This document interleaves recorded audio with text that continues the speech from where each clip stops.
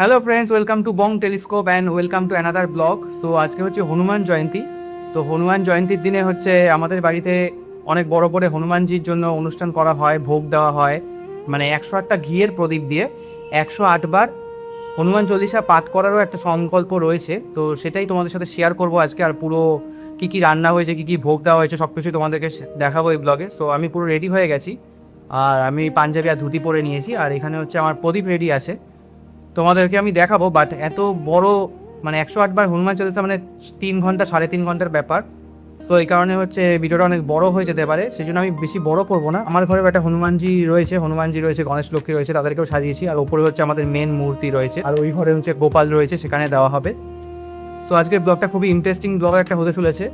আর এটা আমার নতুন লুকে অনেকদিন বাদে আমি তোমাদের সামনে এসেছি। আর এখানে হচ্ছে মা এখন প্রদীপগুলো সাজিয়ে দিচ্ছিল, মানে ঘিয়ের প্রদীপ সব কটা। আর এতগুলো প্রদীপ সাজাতে অনেক টাইম লেগে গেছিল আর কি, মানে প্রত্যেকটার মধ্যে সলতে দিয়ে ওরকমভাবে সাজাতে হচ্ছে।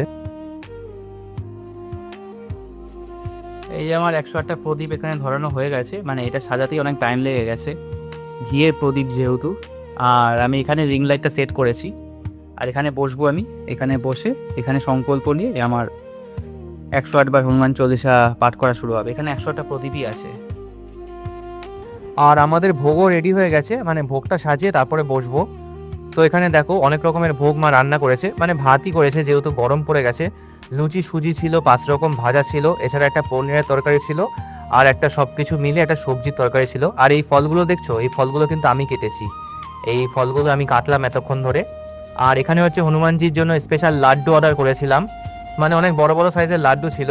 আর এই ফলগুলো তো কাটলাম এতক্ষণ ধরে। আর লুচি হয়েছে, সুজি হয়েছে, এছাড়া এখানে ডাল ছিল, মানে ভোগে যা যা আইটেম হয়। এখানে প্লেট সাজাচ্ছিল মা। তো আমাদের 5টা ঠাকুর যেহেতু 5টা ঘরে যাবে, তো আমাদের 5টা প্লেট কিন্তু সাজানো হয়ে গেছে। মানে উপরে একটা বজরংবলীকে দেবে, নিচে একটা গণেশ লক্ষ্মীর কাছে যাবে, একটা গোপালের কাছে যাবে। আর লাড্ডুটা ওই গণেশ লক্ষ্মীর সামনেই দেবো, যেহেতু আমি বলেছিলাম লাড্ডু দিয়ে পুজো দেব।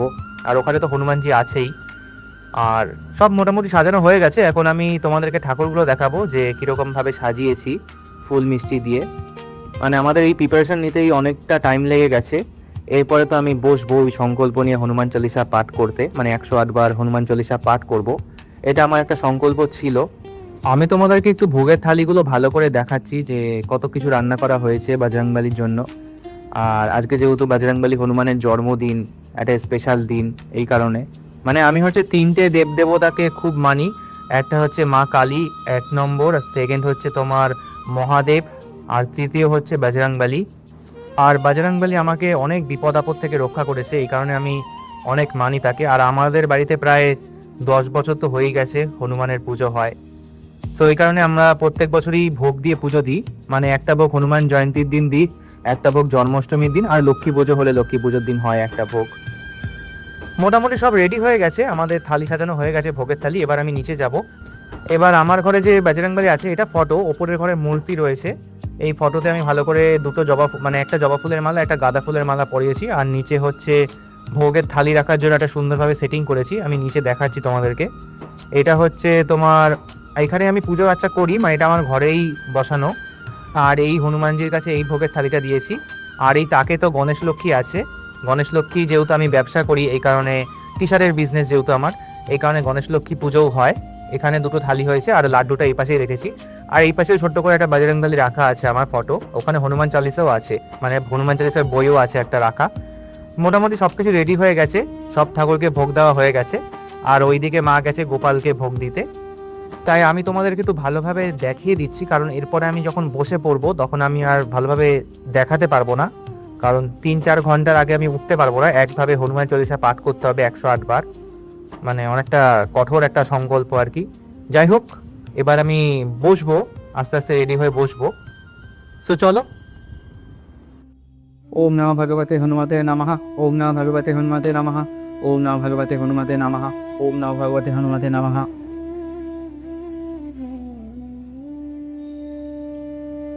ওম নমঃ ভগবতে হনুমতে নমঃ। ওম নমঃ ভগবতে হনুমতে নমঃ। ওম নমঃ ভগবতে হনুমতে নমঃ।